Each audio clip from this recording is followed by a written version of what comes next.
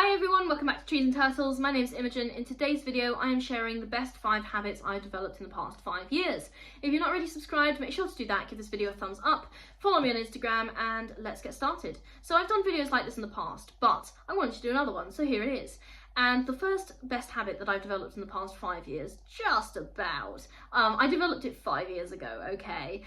Waking up early. So I love waking up early, and early for me means like 5 AM or 5:30, and I know that to a lot of people that is ridiculously early, but I did that for 2 years every day in sixth form, well, 6 days a week, close enough, and it really helped me, and I did it sort of intermittently in university, and I'm trying to get back into doing it every day now I've graduated, okay? So it just gave me so much more time in the day.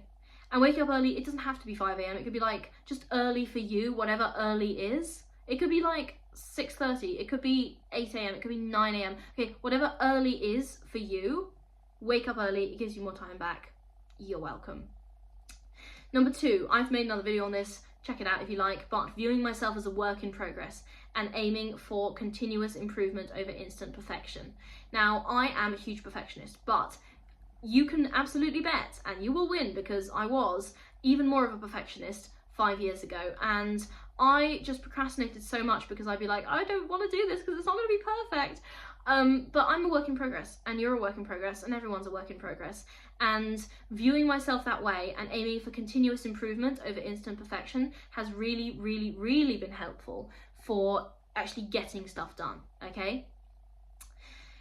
The next habit, the third habit, and this is one that's helped me so much and has brought so much joy to my life, is sharing my ideas. I used to be too scared to share my ideas in any context, but now I put them out there. Like, it doesn't matter in any context. It could be like in a meeting, it could be like at university, it could be, you know, via my writing, it could be via this channel. Actually, this channel is a really good example of something I've started in the past 5 years, which is me sharing my ideas, even if I think they're not perfect, but I think they might help someone, okay? So I'm more likely to volunteer my opinion now than I was 5 years ago. And that's, if you knew me 5 years ago, you know I was probably quite opinionated then as well. But I am more likely to volunteer my opinion now. If I'm wrong, I learn something, okay? And if I'm right, I often help people. So it's a win-win.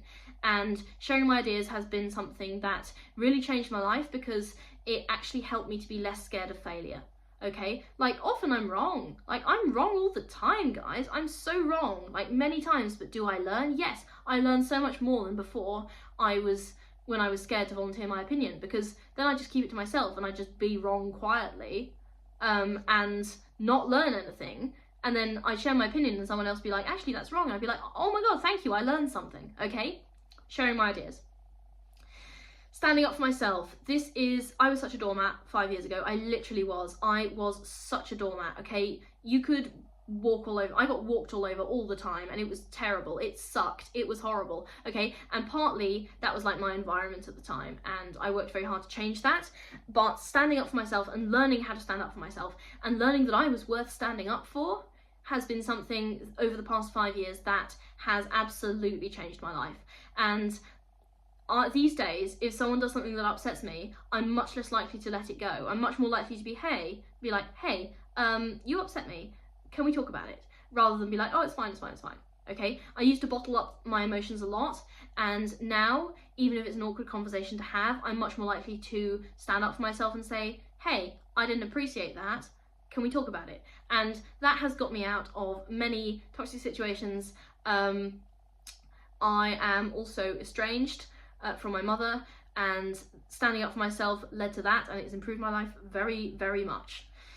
Okay, and the final habit, best habit that I've developed in the past 5 years is investing in myself via education and self-care, okay? I used to, obviously I've always worked on my education, but my self-care game used to be absolutely terrible, okay? I try not to run myself into the ground anymore. Instead, I view myself as like a refillable, renewable resource, I guess, and I dedicate time to replenishing myself mentally and taking care of my physical health too. When I was at university, I really didn't take care of my physical health very much, and since I've graduated, I mean, I tried, but I was really busy, and it wasn't a priority, okay? It wasn't that I didn't have time, it was that I had time that I was spending on other things, and that was fine. But now I have time, and I'm making it a priority in that time to take care of my physical and mental health.